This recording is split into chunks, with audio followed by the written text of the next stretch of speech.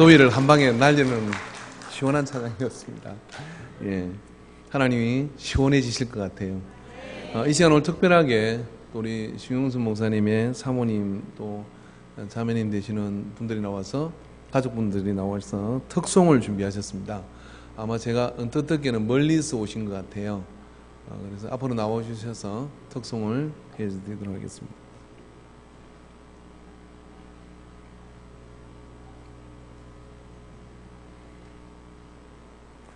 누가 좀 사진을 좀 찍어주시면 좋을 것 같습니다.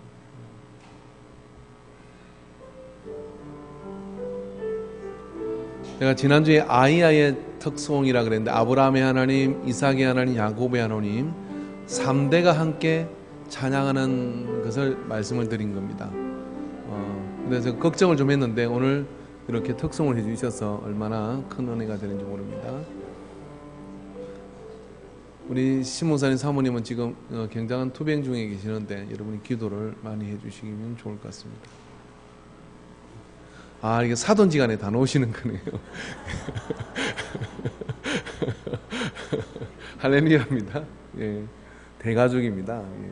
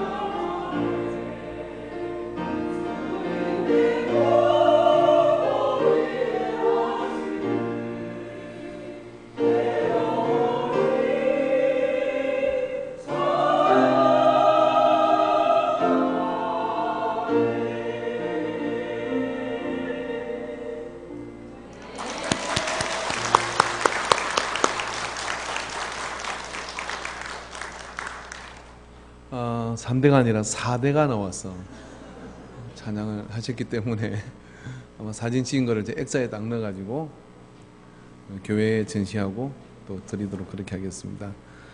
너무나 행복한 시간이지 않습니까? 우리 옆 사람과 서로 인사합시다. 우리도 믿음의 가문을 세워갑시다. 할렐루야. 믿음의 가문이 든든하게 서가는 인간교회, 그런 교회 되기를 사모합니다. 사실 신앙의 대를 이어간다는 것이 말처럼 그렇게 쉽지는 않습니다. 이스라엘 역사 가운데 이스라엘의 구약 성경에 나오는 역사 가운데 가장 제 고집대로 제 마음대로 살았던 시대가 있었다 그러면 사사시대입니다. 왜냐하면 그 사사시대는 성경이 명백하게 자기 좋은 대로 그렇게 신앙생활을 했다라고 그렇게 기록이 되어 있습니다.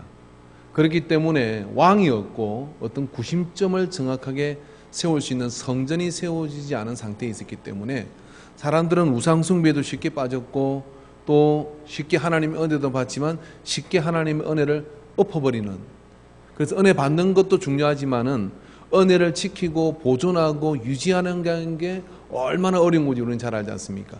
그런 게 잘 안 되던 시대가 이 사사시대예요.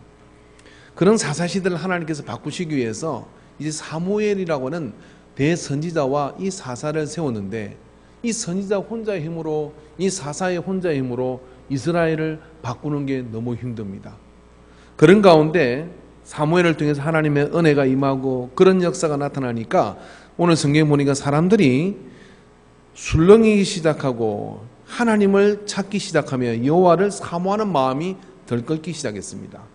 그랬을 때 사무엘이 3절에 보니 이스라엘 온 족속을 말하여 이르되 만일 너희가 전심으로 여호와께로 돌아오려거든 이방 신과 아스타로스를 너희 중에서 제하고 너희 마음을 여호와를 향하여 그만을 섬기라. 그리하면 너희를 블레셋 사람의 손에서 건져낼 것이다 라고 하는 선포를 하는 것입니다. 그러니까 눈치를 보지 말고 하나님이 진짜 믿는 신이실까 아니면 바알이 우리를 도와줄까 하는 그런 어정쩡하게 서 있는 상태를 버리고 확실한 결단을 하라라고 그렇게 선포하고 그들을 미스바로 모이라고 그렇게 선포를 합니다. 그들을 미스바로 이렇게 모이라고 결단을 촉구하는 그런 말씀을 선포했던 것이죠. 그러니까 어떤 한 영역 있는 지도자가 세상을 바꾸지는 못합니다. 그 영역 있는 지도자를 하나님이 세웠고 그런 지도자가 섰다 그러면 그게 같이 갈 수 있고 같이 손뼉을 마주칠 수 있는 그런 백성과 무리가 있어야 변화가 일어나게 되는 것이죠. 그런 변화는 함께 만들어가는 것이지 누구 혼자 어떻게 만들 수 있는 것이 아니라는 것을 여기를 통해서 볼 수 있어요. 그런데 그 지도자가 요구하는 것이 뭐냐면 미스바로 모여서 결단을 하라고 그렇게 얘기합니다. 그렇게 결단하라고 그렇게 요구하는 이 모임에 그들은 함께 모이게 되지만 모여서 이제 사무엘 선지자한테 우리를 위해서 쉬지 않고 기도하기를 원하고 그리고 부르짖어 기도하기를 원하는데 그런 원함을 가지고 모인 그들 앞에 이제 대단한 결단을 하고 믿음으로 살 것을 그렇게 작정하면서 일어나서 그렇게 모였는데요. 희한한 게 기도를 시작하려고 그러면 말입니다. 꼭 사단도 여러분이 영으로 자고 있고 여러분이 신앙생활을 그냥 대충 이렇게 하면 사단도 여러분 옆에 있다가 대충 하다가 여러분이 뭔가를 하려고 하면 사단도 같이 일어나서 험한 얼굴을 보이는 것처럼 그때 겁먹으면 안 되는데 그런 험한 얼굴을 보이는 것처럼 그런 험한 얼굴을 보이는 모습으로 나타나게 됐던 것이죠. 그래서 미스바에 모였다는 이야기를 듣고서 블레셋 군대가 옳거니 지금이 때다. 이때 쟤들을 확실하게 밟아줘야 된다. 그리고 군대를 모아가지고 미스바로 쳐들어오는 그런 일이 벌어지게 된 겁니다.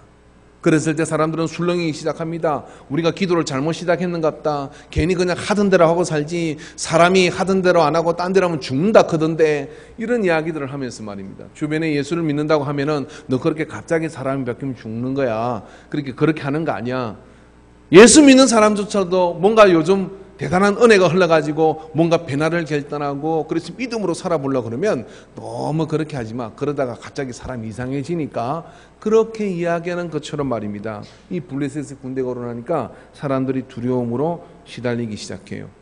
그때 이 사무엘은 그들에게 두려워하지 않게 하고 그리고 사무엘에게 요청하는 그것을 가지고 기도함으로 인해 가지고 그들이 전심으로 함께 부르짖어서 기도할 때 그 블레셋이 떨게 되고 쫓겨나는 그런 역사를 이뤘을 뿐만 아니라 바로 오늘 이 본문에 해당되는 그 지역까지 가서 그들은 벨갈까지 가가지고 그들을 물리치는 그런 대성리를 거두게 된 줄로 믿습니다. 오늘 우리에게 그런 성리가 있게 되기를 주의 이름으로 축원합니다. 그런데 오늘 우리가 본문의 말씀을 좀 자세히 살펴보다 보면 여기 단순하게 생각하면 기도를 통해서 이런 능력이 나타났으니 우리가 기도하면 우리도 이런 능력이 나타나겠다. 뭐 이 설교의 전체의 내용이요. 저는 설교 다 했어요 이제. 그죠? 근데 말입니다. 오늘 이 본문에 보니까 사무엘이 그들 마음속에 하나님을 사모하는 마음이 생기니까 사무엘이 그들에게 기도 전에 요청하는 것이 있었어요. 나한테 기도하러 가는데 기도 전에 요청하는 것이 있는 것이죠. 제가 목사이다 보니까요. 저는 성도님들을 위해서 기도하는 게 좋습니다. 그리고 온 마음을 다해서 가능하면 땀을 흘리면서 전심으로 저는 기도해 주려고 해요. 믿으십니까? 그래서 전심으로 정말 사랑하는 마음으로 기도합니다. 근데 똑같은 농도로 기도하고 똑같이 기도를 해도 어떤 기도는 응답이 잘 되고 어떤 기도는 응답이 잘 안 되는 걸 보며 제가 평생에 목하면서 궁금한 게 그것이에요. 심지어는요. 어떤 기도는 제가 볼 때는 좀 마음이 덜 가고 어떤 기도는 정말 마음이 많이 가게 기도했는데 마음이 덜 간 쪽은 응답을 받고 마음이 많이 간 쪽은 응답이 안 되는 이 상황을 참 이해하기 어렵더라 이런 이야기예요. 왜 그런가? 오늘 사무엘은 그 백성들에게 기도 전에 전제 조건을 이야기해 주고 있는 것입니다. 어떤 책에 보니까 이런 말이 있더라고요. 어떤 책에 보니까 기도하지 말고 기도자가 되라 그렇게 책이 있어요. 이 말이 기도하지 말고 기도자가 되라 이런 이야기를 해놨더라고요. 그래서 그 말을 가만히 생각해 보다 보면은 그 말을 가만히 생각해 보면 무슨 말인지 잘 몰라가지고 내용을 좀 읽어봤어요. 그랬더니 고개가 끄덕끄덕거려지더라고요. 그래, 그렇지 하는 그런 생각이 이렇게 들었습니다. 하박국 1장 2절에 보니까 여호와여 내가 부르짖어도 주께서 듣지 아니하시니 어느 때까지 하리까 내가 강포로 말미암아 외쳐도 주께서 구원하지 아니하시니다 라고 이렇게 내가 부르짖는데 응답을 하시 않는다는 거예요. 오늘 사무엘은 전심으로 여호와께로 돌아오려거든 이라고 말을 열면서 너희 속에 이방 신을 제하고 라고 얘기합니다. 자 여러분, 기도는 하면 응답이 됩니다. 그런데 말입니다. 기도 전에 내가 진짜 기도하는 것인지 아니면 껄쩍거리고 있는 것인지 우리는 결단해야 될 때가 오는 거예요.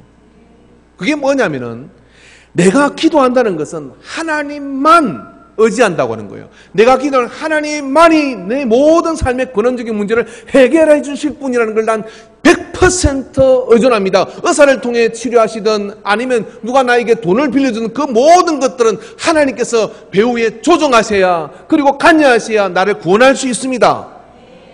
이 절대적 믿음을 가지고 기도하느냐 아니면 한쪽에는 하나님을 위해서 하나님의 이름을 부르고 기도하지만 저기 바다 건너 일본에 있는 저 딴따라 신앙인들처럼 말입니다. 일본 그리스도인들은 오전 11시에는 교회 갔다가 오후에는 또 절에 갔다가 그리고 저녁에는 무슨 귀신한테 갔다가 귀신만 해도 10만 가지가 넘는다 그래요. 그런 귀신들을 다 이것도 갔다가 저것도 갔다가 그러는데 아무 가책이 없는 그리스도인들이 굉장히 많다 그럽니다. 왜 그렇습니까? 뭐가 이야기될지 모른다는 거예요. 뭐가 이야기될지 모르니까 하나님도 믿어보고 부처도 믿어보고 아마 이 자리에도 그럼 혹시 그런 상태에 머물러 있는 분이 있을 수 있습니다. 없을 것 같습니까? 교회도 가보고 이것도 믿어보고 그리고 따질 건 따져봐야 되고 애 결혼하는데도 날은 잡아야 되고 그건 기도자가 아닙니다. 기도는 합니다. 여러분 무당도 여러분보다 더 기도 세게 해요.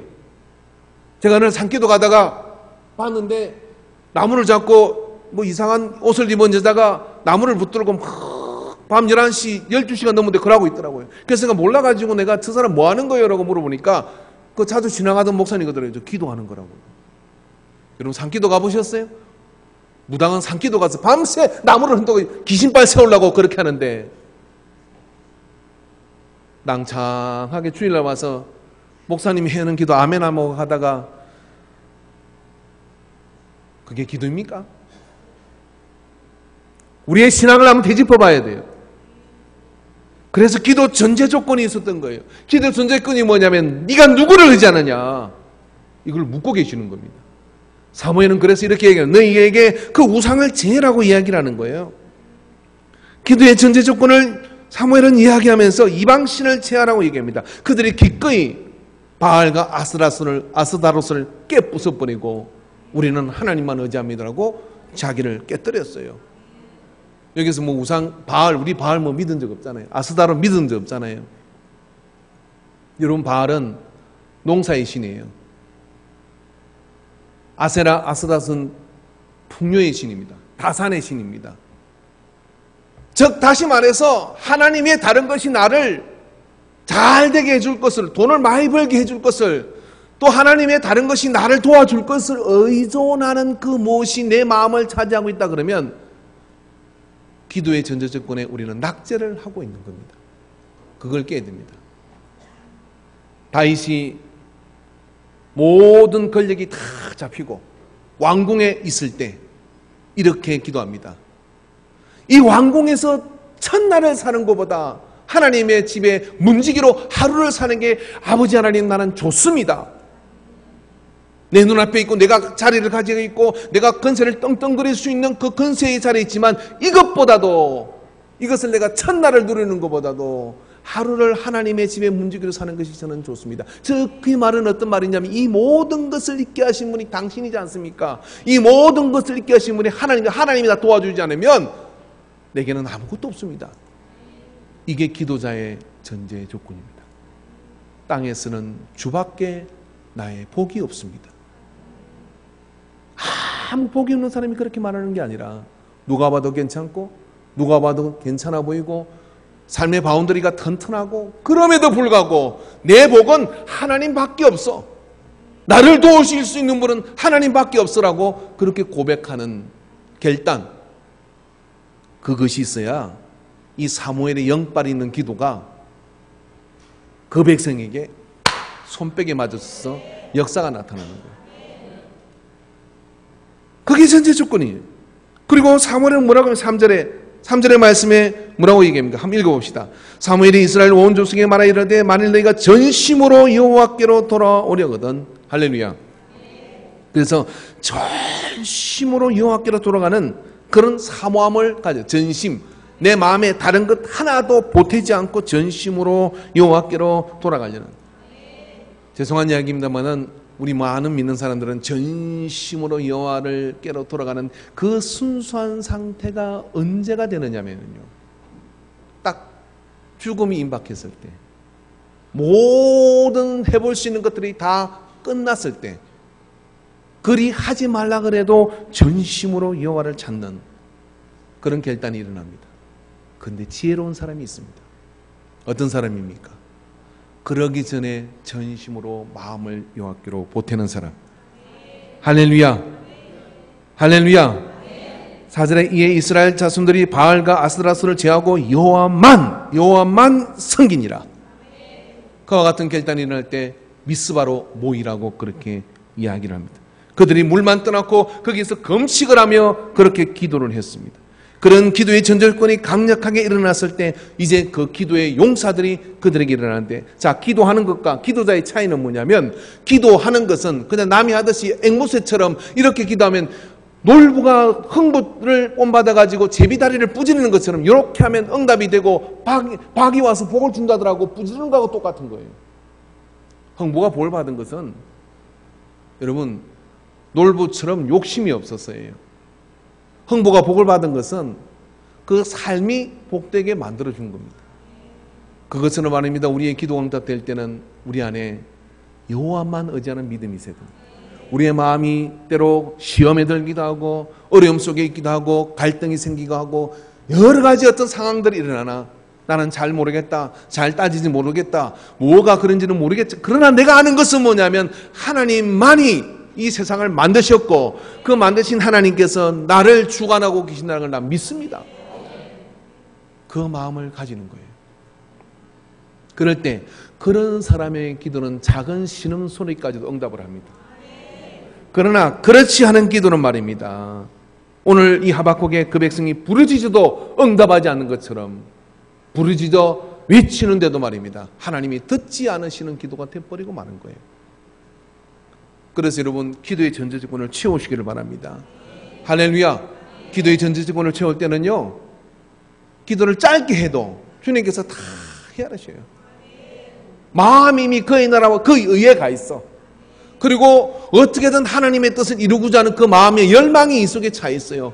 그래서 그 속에서 구하는 건 내가 들어줄게 그러는 거죠. 마치 어린아이에게 엄마의 귀가 쫑긋하고 떠 있는 거. 제가 우리 교회에서 이렇게 보니까 마당에서 노는데 유아실에 애를 재워놨는데 말입니다, 같이 막 노는데도요, 엄마는 애가 우는 소리를 듣고 얼른 쫓아가더라고요. 그런데 뭐 먹는 거 마시는 거 갖다 놨는데 엄마가 자기 애 우는 소리를 못 듣고 막 먹으면 엄마도 아니야. 다 시끄러운데도 애 우는 소리를 듣고 쫓아가더라고. 내가 그거 보고 알았어요. 너희 하늘 아버지는 선하신 아버지다. 할렐루야. 그게 그렇게 돼야 되는 겁니다. 우리가 기도하면요, 하나님께서 왜? 하고 얼싸안고 눈물 끝이라 내가 갈게 그렇게 말씀해 주는 하나님이 되셔야 되는데, 이게 내 새끼인지 남의 새끼인지 불교 절에 갔다가 어디 갔다 날 받았다가 막 그러는 거 보면은 하나님도 이해를 어떻게 해야 될지 모르겠는 거예요. 전심으로 여호와를 쫓으시기 바랍니다. 기도의 전제조건을 채울 때 하나님 역사가 나타나요. 그때 여러분, 그렇게 사무엘이 뽀대나게 미스바로 모여서 이제 대선포를 했는데 블레셋이 막 쳐들어옵니다. 여러분, 기도하는 사람하고 기도자는요, 기도는 앵무새처럼 따라하지만 사건이 터지면 쏙 들어가 버려요. 자기 기도가 아니니까. 기도자는 사건이 터지면, 기도하는데 어려운 일이 생겨요. 기도하는데 블레셋이 쳐들어왔어요. 그런 일이 생기면 어떡합니까? 더 기도에 전심하고 매여서 기도를 통하여 방법을 찾는 거예요. 할렐루야. 여러분, 기도하면 사건이 생깁니다. 그러나 죽을 일은 아니에요. 기도하면 일이 생깁니다. 그러나 여러분, 그것이 우리의 영혼이 망할 일이 아니에요. 왜냐하면 마귀가 그냥 내보내겠어요. 그렇지만 오히려 그걸 통해서 전화 이복의 기회가 되는 거예요. 믿음을 점프하는 사람들의 특징이 있어요. 그 사람들의 특징이 뭐냐면, 사건을 만나면, 어떤 안 좋은 일을 기도 중에 만나면요, 기도를 멈추는 게 아니야. 내가 기도가 좀 약했나 보다. 그리고 금식을 하든지, 그리고 기도를 더 전심을 해가지고 일주일에 한 번씩 기도했는데 말입니다, 내가 매일 가야 되겠다. 그러더니 그걸로도 어려우니까 아예 이참에 내가 40일 철야를 해야 되겠다. 그렇게 작정을 해버려요.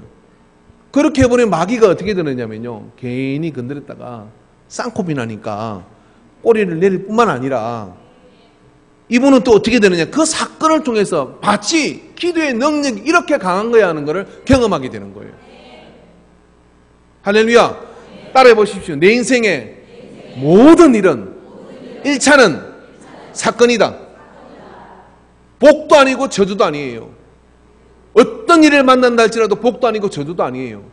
그런데 말입니다, 거기서 내가 기도에 꼬리를 내리면 마귀가 한평생 쫓아다니면서 겁줍니다.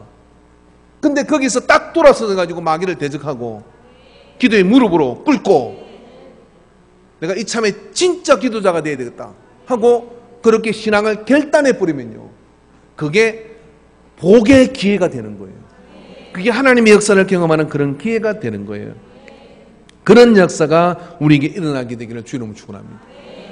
미스바로 모여서 사무엘이 그렇게 그들에게 하나님 앞에 결단한 것을 요청했는데 블레셋이 쳐들어오니까 그 백성들이 두려워서 사무엘에게 더 기도해 줄 것을 그렇게 요구합니다. 그때 사무엘이 어떻게 합니까? 8절에 보니 이스라엘 자손이 사무엘이 이르되 당신은 우리를 위하여 우리 하나님 여호와께 쉬지 말고 부르짖어 우리를 블레셋 사람들의 손에서 구원하소서 하니라. 그 백성들이 도망간 것이 아니라 더 기도에 전심해서 매였더니 사무엘이 젖 먹는 어린 양 하나를 가져다가 온전한 번제를 여호와께 드리고 이스라엘을 위하여 여호와께 부르짖으며 여호와께서 응답하셨더라. 할렐루야. 그들이 번제를 주 앞에 올려드린 것이죠. 재밌는 것은 뭐냐면은 그들이 블레셋을 쳐서 무너뜨리고 가는데 뱃갈 가져갔는데 그 뱃갈의 이름이 뭐냐면은 어린 양의 집이라고 하는 거예요. 어린 양의 집. 자, 흠없는 어린 양을 잡아서 번제를 드리고 순전한 온전한 번제를 드렸다는 거예요. 그러니까 어떤 다른 것도 없이 온전한 번제를 여호와께 드리고 나서 여호와께 부르짖고 간절하게 기도했더니 하나님께서 블레셋을 물리쳐줘서 그들을 쫓아갔는데 어디까지 가는데 뱃갈까지 갔는데 어린 양의 집까지 이렇게 쫓아갔다는 거예요. 즉 우리는 예수 그리스도의 이름으로 기도해야 될 줄로 믿습니다.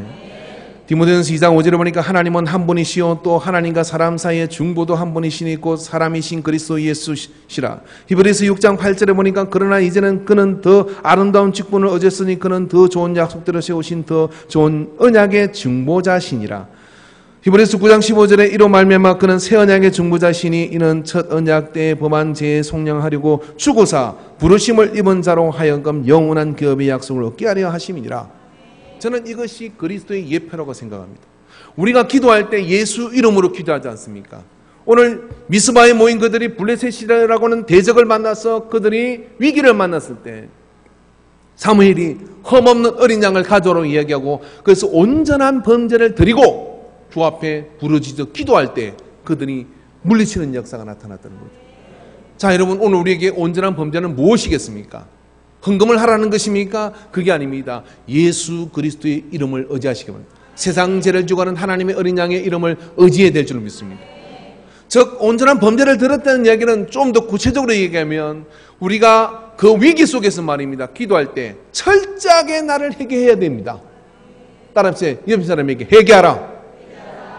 기분 나빠하시는 분들이 있으면 아직 회개를 더 해야 되는 겁니다.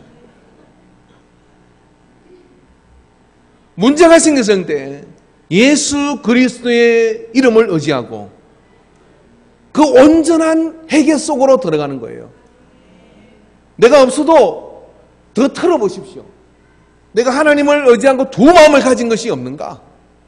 내가 타협한 것이 없는가? 그것이 바로 어린 양으로 번제를 드리는 거예요. 자, 이들은 우상을 다 깨부수고 왔어요. 그리고 전심으로 주님을 쫓는다고 얘기했습니다. 그런데 블레셋이 쳐들어왔을 때 사무엘이 뭐라고 얘기합니까? 어린 양을 한 마리 가져오게 해서 온전한 번제를 드리도록 그 국민 전체의 번제, 죄를 속하는 그 번제를 드리고 기도했다고 하는 거예요. 우리의 기도가 막혀있고 우리 기도 어려운 일은 우리가 온전한 번제를 드리지 못한 것이 될 수 있습니다. 그 부분을 가지고 여러분이 기도하고 예수 이름으로 단번에 제사를 통해 우리의 모든 죄를 사하신 예수 그리스도의 그 이름을 의지하고 중보자 되신 예수 그리스도의 이름을 의지하고 이제는 구하시기 바랍니다. 이제는 기도하시기 바랍니다. 그리고 기도 나갈 때 여러분 회개하십시오. 여러분 오늘 말씀을 듣고 지난주에 말씀을 듣고 그랬을 때 그 은혜를 제대로 깊이 가져가는 사람은 어떤 사람이냐면 회개한 사람이에요. 축복의 말씀 가운데서도 회개합니다. 왜냐하면 아버지 하나님, 제가 지난주에 말씀의 해로라는 말씀을 봤으면 저는 그동안 말씀을 근성으로 봤습니다. 그 말씀이 그렇게 현실이 되는 걸 제가 묵히지 못한 이 무지한 종을 용서해 주십시오 하고 회개를 해야 돼요. 회개하고 나면 그 다음에 뭐가 옵니까? 주님께서 성령의 기름 부음으로 은혜를 부어주시는데 그 속에서 말입니다. 그 말씀의 해로가 자기 것으로 돌아가도록 그게 믿음의 확신으로 오게 되는 거예요. 그런 다음에 뭐가 나타납니까? 열매가 나타나기 시작해요. 회개가 없는 말씀. 이 시대의 가장 공고한 문제는 이겁니다. 회개를 촉구하지 않는다고 하는 거예요. 왜? 사람들이 싫어하니까. 근데 어떡합니까? 성경 곳곳을 보면 우리가 말씀을 부딪힐 때마다 회개하라고, 이 독사의 자식들아 누가 너에게 임박한 진노를 피하라 했느냐, 이런 독한 말을 하지 않아도 지혜로운 자는 하나님의 말씀이 부딪힐 때마다 스스로 그 말씀을 붙들고 나를 엎드리고 나를 깨뜨리고 나를 부서뜨려서 회개함으로 기도의 통로가 열리는 역사를 경험하는 거예요. 구체적으로 기도를 흉내내는 것이 아니라, 그냥 같이 소리 지르고 그렇게 흉내내는 것이 아니라 하나님이 들으시는 그 기도의 통로가 열리는 역사를 경험하게 될 줄로 믿습니다. 할렐루야. 그런 역사를 경험하게 될 줄로 믿습니다. 그러는데 비로소 사무엘은 부르짖어 기도했다고 하는 거예요. 여러분, 우리가 기도할 때 기도는 어떻게 되면 부르짖어 기도해야 됩니다. 절박함을 가지고 기도해야 됩니다. 간절함을 가지고 부르짖어 기도할 때 하나님의 역사가 나타나게 되는 줄로 믿습니다. 어떤 지사님이 저한테 이런 이야기를 해주셨어요. 책에서 읽었는데 그 뒷말이 잘 생각이 나지 않아서 물어볼까 하다가 그냥 창피해서 안 물어봤어요. 제가 대충 이야기하면 이런 이야기입니다. 기도하지 않으면 아무 일도 일어나지 않는다. 기도보다 더 큰 일도 일어나지 않는다. 기도하지 않으면 아무 일도 일어나지 않는다는 거예요. 그래서 믿는 자는 기도만큼 크고 기도만큼 역사가 나타나고요. 기도를 멈추면 하나님도 그 역사를 멈춰요. 멈추면 그냥 있습니까? 떠내려가요. 물길 따라 떠내려가요. 그렇게 떠내려가는 신앙생활을 해갖고는 안 된다 이런 이야기예요. 그래서 기도에 불을 튕기시기를 주의 이름으로 축원합니다. 예수님께서 성전을 방문하셨을 때 제일 기분 나쁜 것이 그것이었어요. 그게 뭡니까? 성전이 도둑의 소굴로 바뀌어 있었다고 하는 거예요. 그들에게서 내 집은, 내 아버지 집은 만민이 기도하는 집이라는 이사야서의 말씀을 통해서 선포하고 채찍을 들어서 그들을 다 쫓아내버립니다. 그리고 그곳에다가 내 집은 만민이 기도하는 집이라고 주님께서 그렇게 성전의 정의를 내려주셨어요. 자, 여러분, 신약에 와서 성전은 어디에 있습니까? 여기가 성전입니까? 여기는 예배의 처소이고 교회는 그리스도를 주로 고백하는 사람들이 모인 우리가 교회입니다. 이 건물이 성전이라고는 정확하게 할 수 없습니다. 근데 신약에 보면 성전이라고 하는 곳은 어디냐면은 우리의 마음이 성전이라고 얘기합니다. 하나님의 집이요 성령이 거하는 곳이라고 말씀해 주셔요. 그러니까 이 이야기를 다시 생각해보면 성전은 기도하는 집인데 우리의 마음은 항상 기도하는 마음이 되어야 됩니다. 할렐루야. 항상 기도하는 마음이 되어 있어야 돼요. 그래서 앉아나서나 그래서 기도는 쉬지 말고 기도하라. 범사에 감사하라. 어떻게 쉬지 말고 기도합니까? 이 마음의 성전이 기도의 전으로 늘 차 있어야 되는 거예요. 할렐루야. 제가 어릴 때 기억하는 것은 근사님들이나 집사님들이 저희 집에 방문하면 하나같이 똑같은 동작을 취하시더라고요. 오면은 기도를 하는데 이렇게 흔드는 분이 있어요. 뭐 먹을 때도 그냥 주여 막 이야기하다가 아멘. 한 번은 또 이렇게 흔들어. 할렐루야. 그냥 이 두 분의 차이가 뭔지는 모르겠어. 그런데 왠지 모르게 어린 나이를 볼 때 교회 집사님들을 보고 또 근사님을 보면 뭔가 좀 보이지 않는 그 뭔가가 있어. 그게 뭔가 생각이 드는 거룩한 향기더라고요. 거기는 어디서 풍기나 그랬더니 마음에 주님을 모시고 있는 게 느껴져요. 마음의 성전에 주님을 모시고 교제하는 게 느껴져요. 대화 중에도 말입니다. 이 마음에 주님과 대화하는 거예요. 지사님이 지금 분이 많이 차시는데 주여 내가 무슨 이야기를 해야 이 집사님이 마음이 풀리겠습니까? 속으로 기도하면서 얘기했는데 우리는 기도 없이 그냥 이어서 마귀가 시킨 대로 내뱉어버려요.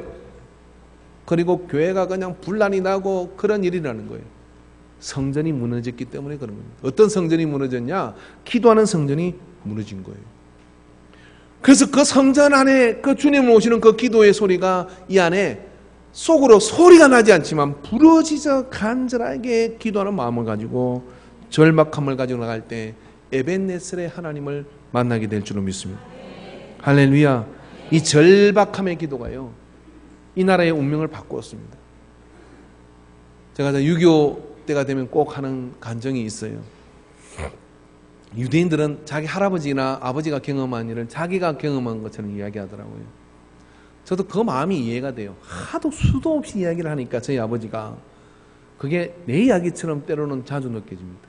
저희 아버지는 소천하셨지만은 6.25를 참전하셨죠. 그래서 6.25 참전해서 전쟁 이제 군인으로 가셨다가 뭐 발에 총을 맞고 부산으로 후송을 당한 겁니다. 부산으로 이제 부산까지 밀려가는 그런 상황이 발생했을 때 오늘이 6월 25일이잖아요. 6.25가 발생하던 해도 주일날 전쟁이 나는 거예요. 방송에서는 국군이 밀고 올라간다 했지만 파죽지세로 밀고 내려와서 사실은 대피할 시간도 없이 밀려서 대구, 대전, 대구까지 밀려 다 내려가는 거예요. 낙동강 정세에서 수많은 사람이 죽잖아요.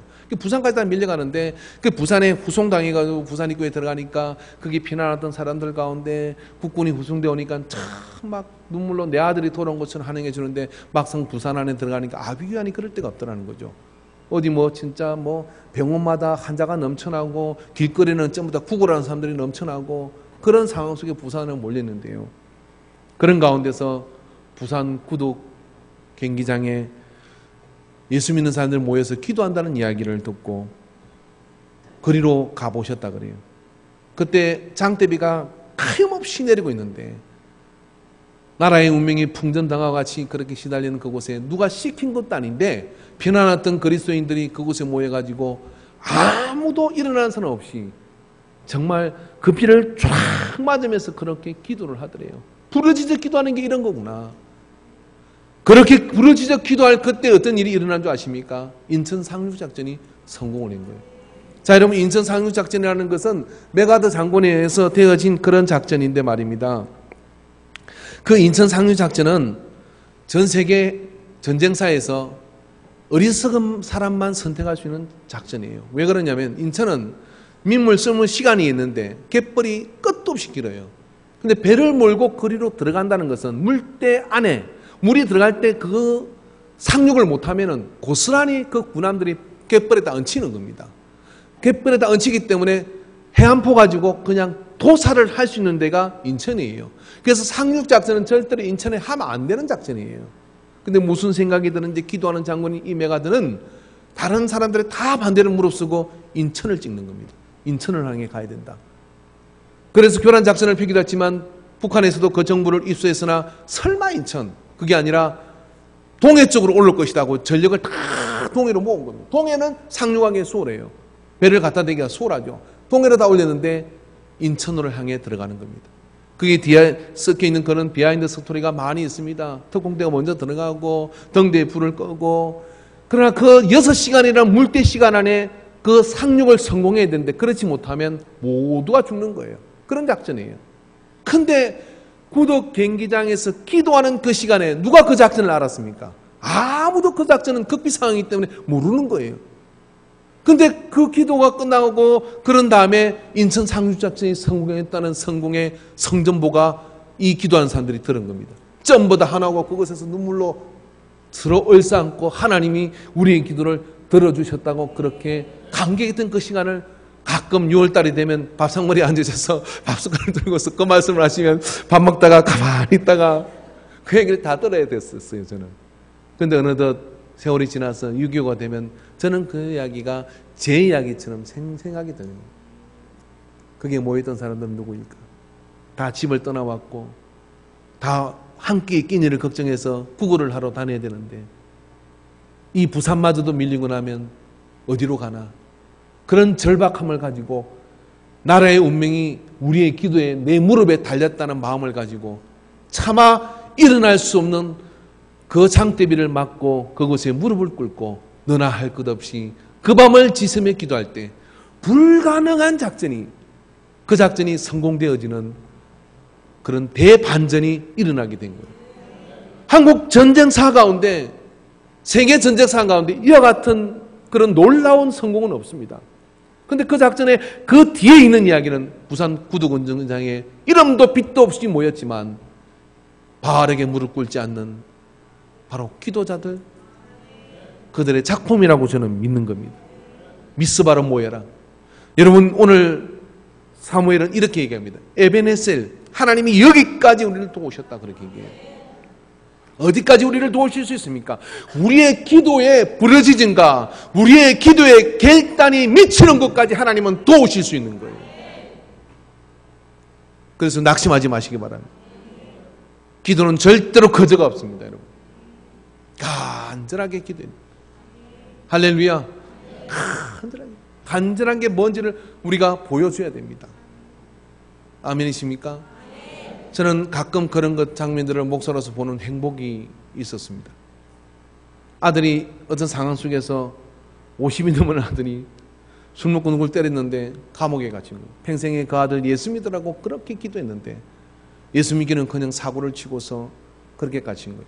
백발이 깨끗한 머리가 정말 하얗게 은발로 그렇게 빈 참으로 깨끗하고 꿋꿋한 할머니가 딸네 집에 가 있다가 가끔 아들네 집으로 와서 예배를 드리러 오는데, 그날은 예배를 들어오시는데 말입니다. 저 뒤에서 들어오는데 예배가 시작됐음에도 불구하고 아랑곳하지 않고 이 강대상 앞으로 엎드려서 그 여린고 가늘인 몸으로 통곡을 하며 오는 거예요. 하나님, 우리 아들, 불쌍한 우리 아들 살려주세요. 그렇게 통곡하며 흐느끼며 오는데 예배를 진행하죠. 예배 시간 내내 그래도 너무 크게 울지는 않지만 그 앞에서 엎드리시는데 그냥 예배 드리고 설교하고 이렇게 했어요. 무릎을 꿇기도 어려우셔. 왜? 간절 때문에. 그런데 그날은 아들을 위해서 기도하는데 다른 사람 살선 아랑곳하지 않고 그 앞에 엎드리는데 하나님께서 그 기도를 들으시더라고요. 할렐루야. 하나님께서 그 기도를 들으시고 그 며느리가 교회 가고 싶은데 이 아들이 무서워서 극동방송을 들었는데 교회 나서 예배 드리게 되고, 감옥에 가서 얼마나 늘씬하게 맞았는데 사람이 나근나근해가 나왔더라고요. 합의 안 될 건데 장파해를 일으켰어요, 다른 사람이. 근데 합의를 해서 나오는데 한 달 감옥에 있었는데 그 감옥에 폭행범으로 들어가니까 나이가 필요 없다네요. 정가 높은 사람이 이거에 젊은 놈한테 이렇게 처박히고 저렇게 처박히고 세상 무서운 줄 알고 난 다음에 나왔는데 동네에서 인사를 하는데요, 90도예요. 아이고, 목사님 오셨습니까? 그리고 아내가 교회 가는 걸 맡기고, 하나님이 바꾸시는 방법도 가지가지인데 그 노파의 기도를 하나님이 들으시는 걸 저는 봤어요. 근데 그 장면을 잊을 수가 없어요. 그 장면을. 간절하게 기도한다는 것은 저런 것이구나. 가슴으로 절절히 안고 기도한다는 것은 그런 것이구나. 여러분, 심한 통곡과 눈물로 기도해 본 적이 언제입니까? 오늘 우리가 이 자리에 편안하게 유교를 맞을 수 있는 것은 어쩌면 이미 다 소천한 분들이실 수도 있겠습니다만은, 그의 인천 상륙작전이 성공하려고 하는 그 밤에 아무것도 희망적인 뭘 보고 작전을 성공하게 해달라고 기도하는 것도 아니고, 국군은 민주들은 민주있고 도대체 반전의 기미가 보일 수 없어서 마산 부산만 남겨놓고 있는 그런 상황 속에서 할 것이 기도밖에 없기 때문에, 그래서 내가 여기서 기도하다가 죽더라도 이 자리를 뜰 수 없다는 그 마음을 가지고 거기 비를 맞으며 거기서 흙바닥에 머리를 대고 하나님 앞에 기도했던 그들이 있었기에 오늘 우리가 있는 것 아닙니까? 오늘 여러분, 인광이 부흥하는 것도, 이 시대가 깨어나는 것도 내 마음의 성전이 부르짖는 기도로 가득 차야 될 줄로 믿습니다. 기도하는 것이 아니라 기도자가 되어야 될 줄로 믿습니다. 그런 마음을 가지고 나갈 때 이 사무엘이라는 위대한 사사가 그 백성들과 함께 블레셋을 물리칠 뿐만 아니라 에벤에셀이라고 하는 새로운 이름을 선포할 수가 있었던 것이죠. 하나님이 여기까지도 오신다. 어디까지도 오십니까? 새벽 기도까지도 오십니다. 심야 기도까지도 오십니다. 할렐루야. 기도의 자리로 나가는 것까지도 오시는 거예요. 아무도 없는 예배당에 여러분, 인간교회는 너무 좋은 교회예요. 저쪽에 제가 있을 때는 말입니다, 조금 막 한 번은 막 옆집에서 찾아왔더라고요. 그 북 좀 치지 말라고. 얼마나 눈치를 보면서 그래도 계속 하니까 안 오더라고요. 그런데 여러분, 여기는 주변에 아무도 없어요. 그리고 원래 있었기 때문에 시비 걸 사람도 없어. 기도원 같은 교회이지 않습니까? 그럼 여기는 한 사람이 기도, 100사람이 기도하는 것 같아요. 내가 주여! 그러면 여기 온 데가 몰려. 기도하기에 좋은 교회입니다. 여기를 놀리지 마십시오. 할렐루야. 저는 부흥이 이거라고 생각합니다. 여기 자리가 가득 차는 건요, 난 그거보다도 이겁니다. 아무 때나 예배당을 문을 열었는데도 기도하는 소리가 끊이질 않아. 몇 사람은 앉아서 기도하고 있고, 또 아무 때나 들어와도 그래 도저히 들어올 수 없는 게, 문 열어놔도 들어올 수가 없어. 왜? 늘 사람이 계속 돌아다니니까. 옆에 있는 분에게 우리 기도로 그런 교회 한번 만들어 봅시다. 할렐루야. 뭐 언제 누가 나타날지 모르는 거야. 언제. 그렇기 때문에 그냥 문을 열어놓고 만장같이 열어놓고 다니도 아무 상관없는데, 근데 도둑놈이 이렇게 저렇게 해도 게임식 한 마리 왔다 간 사람이 없어. 그럼 보고 있다 어떻게 하냐면, 야, 그리고 트럭 갖다 놨고, 어떤 교회는 트럭 갖다 놨고요, 피아노 싣고 앰프 싣고 다 한 차례 실어가는데도 아무도 몰랐대. 털려도 싸다 그랬어요. 지금 주인이 없으니 가져가는 거예요. 근데 그 교회는 누가 언제 나타날 줄 몰라. 할렐루야. 기도하는 교회가 사는 교회예요. 거기까지 하나님이 도우시는 거예요. 그래서 오늘 기도의 전제 조건들을 한번 생각하면서 탁 털어버리고요. 내 마음의 성전에 기도의 부르짖음을 가지고 다시 한번 여러분 이제 6월달이 오늘 마지막인데 성량은 우리가 되어야 될 줄로 믿습니다. 할렐루야. 그래서 오늘 점심 식사는 주먹밥입니다. 실망하고 낙심하지 마십시오. 제가 먹어봤는데 진짜 맛있어요.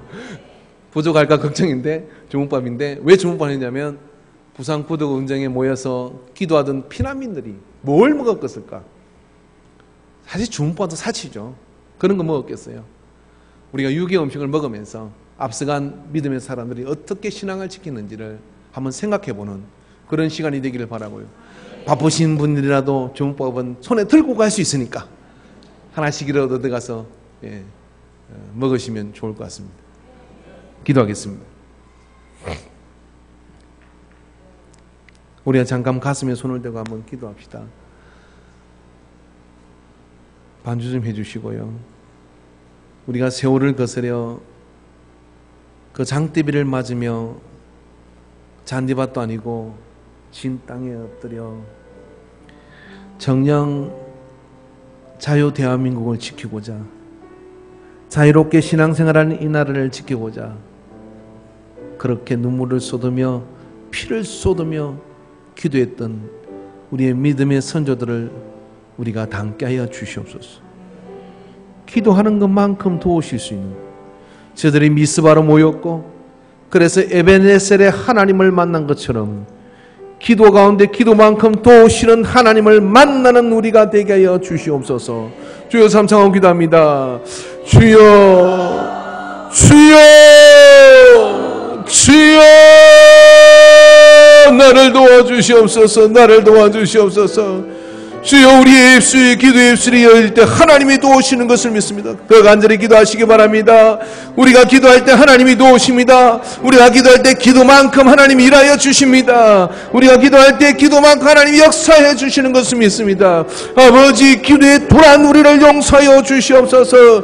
기도하기 아버지 주저할 만한 모든 악한 죄를 아버지 예수 이름으로 아껴보지 않고 자라내게 하여 주시옵소서. 오직 여호와만 의지하는 우리가 되게 하여 주시옵소서. 에베네셀의 하나님을 모두가 만나는 그런 아버지 이 한 주가 되게 하여 주시옵소서. 주여 하나님의 도우신 하나님의 역사를 경험하는 이 한 주가 되게 하여 주시옵소서. 여러 가지 일들이 우리에게 많으나 이 모든 것들이 다 기도의 제목으로 바뀌어지는 역사가 나타나게 하여 주시옵소서. 은혜의 문을 열어 주시옵소서. 능력의 문을 열어 주시옵소서. 만져 주시옵소서. 치료하여 주시옵소서. 막힌 담을 헐어 주시옵소서. 주여 인도하여 주시옵기를 간절히 원합니다. 오 주님 붙들어 주시옵소서. 입술이 준한 우리를 긍휼히 여겨 주시옵소서. 마음이 더디 믿는 우리를 긍휼히 여겨 주시옵소서. 너희 몸이 거룩한 성전이요 성령이 거하는 집이라고 말씀하여 주셨습니다. 주여 이 안에 가운데 우리가 서기를 원하나이다. 주님 우리를 붙들어 주시옵소서. 에베네셀의 하나님을 우리가 만나게 하여 주시옵소서. 그래야 아버지 하나님을 더욱더 경험하여 기도의 재미가 붙은 자가 되게 하여 주시옵시고 기도는 호흡처럼 아버지는 하지 않으면 숨이 막혀 죽을 것 같은 아버지 단절감을 느낄 수 있는 그런 아버지 기도자가 되게 하여 주시옵소서. 기도의 무릎이 낙타무릎처럼 강해지게 하여 주시옵소서. 그래야 아버지 하나님 가문의 운명과 내 인생의 모든 길과 아버지 교회의 모든 역사들이 기도를 통하여 기도자들을 통하여 역사 나타나게 하여 주시옵소서. 함께 해주신 것을 믿습니다. 예수님의 이름으로 기도하옵나이다. 아멘. 찬송 620장입니다.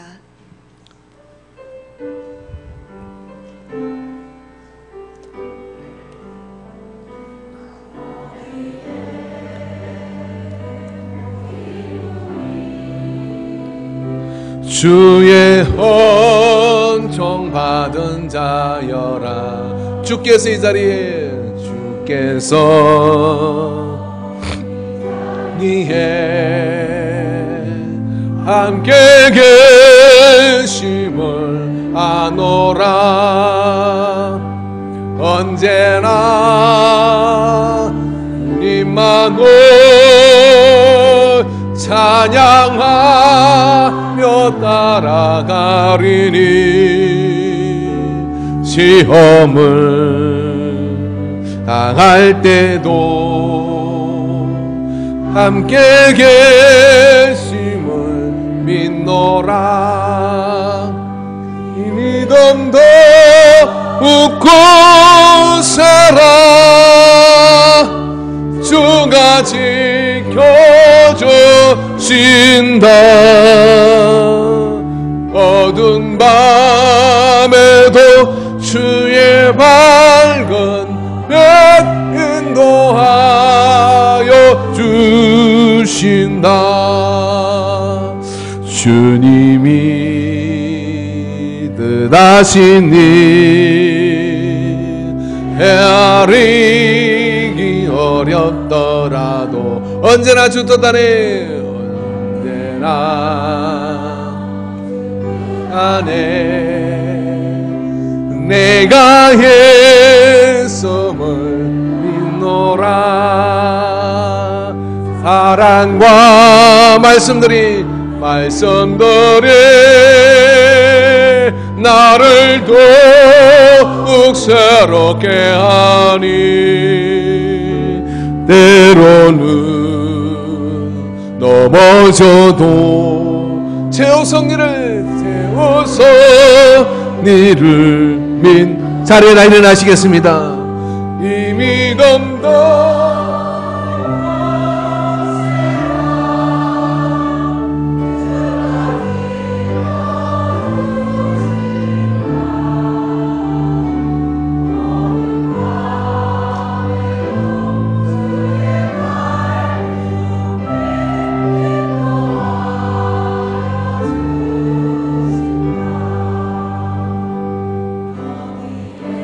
옆 사람 손을 잡겠습니다. 사랑받는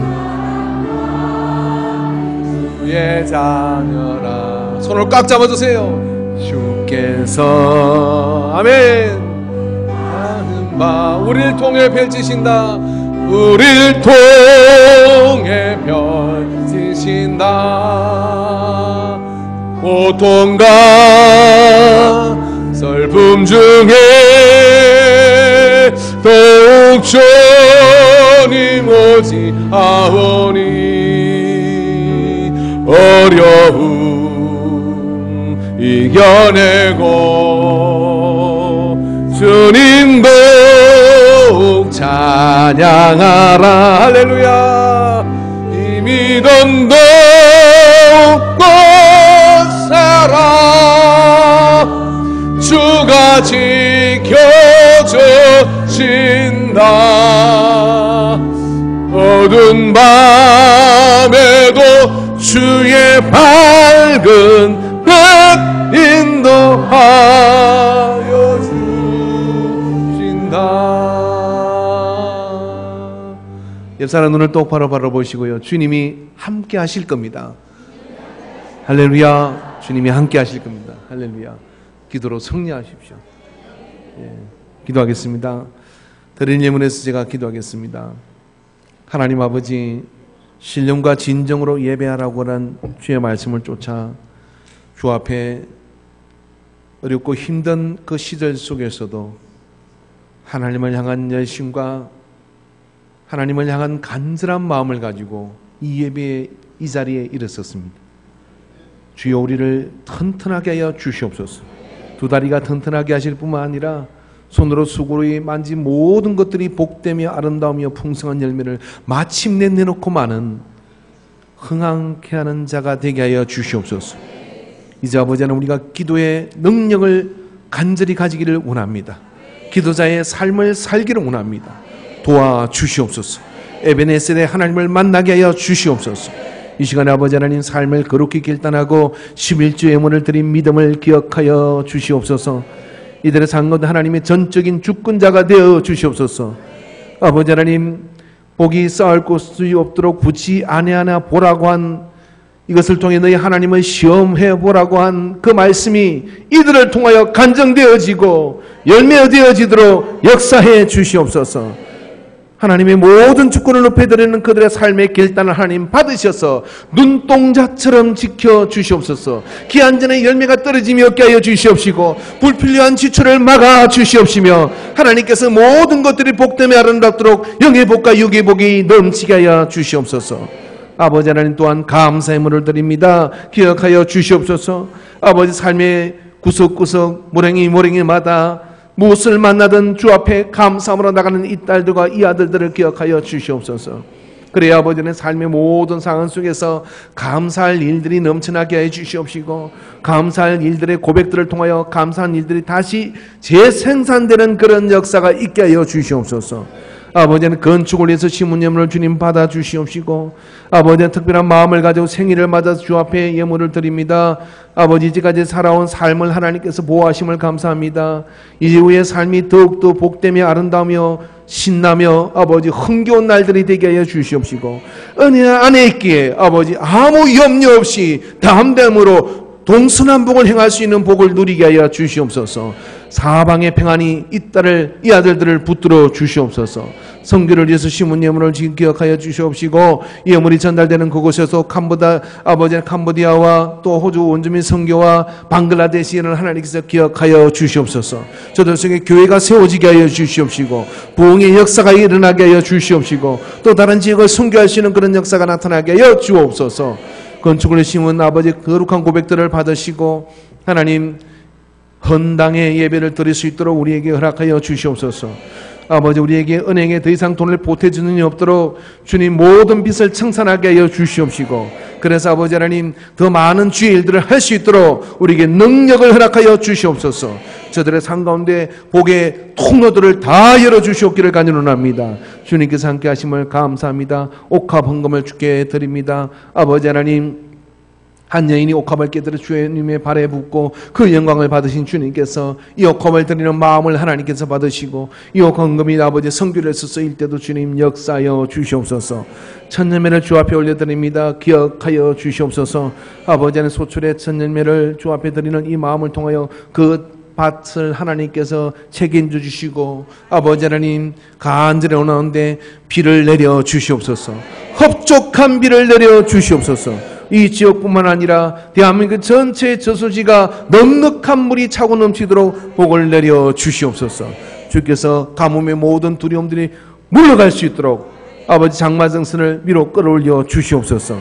함께 해주실 것을 믿습니다. 주일연금을 드리며 시간을 드린 모든 이에게 하나님 함께 하셔서 은혜와 복으로 더하여 주옵소서. 이제는 우리를 죄악에서 구원하신 임마누엘 되신 예수 그리스도의 구속의 은혜와 독생자 예수님을 보내시며 죽이시며까지도 우리를 사랑하신 하나님 아버지의 그 포기치 않는 사랑하심과 성령 하나님의 역사하심과 내재하심과 교통하심이 오늘 이 예배를 통하여 에베네셀의 하나님을 기도자로 만나 살기로 작정하는 모든 예배자들의 머리 위에 그들의 속해 있는 기업과 또 가문 위에 인광교회 사역 위에 이제로부터 영원토록 함께 있을지어다. 아멘.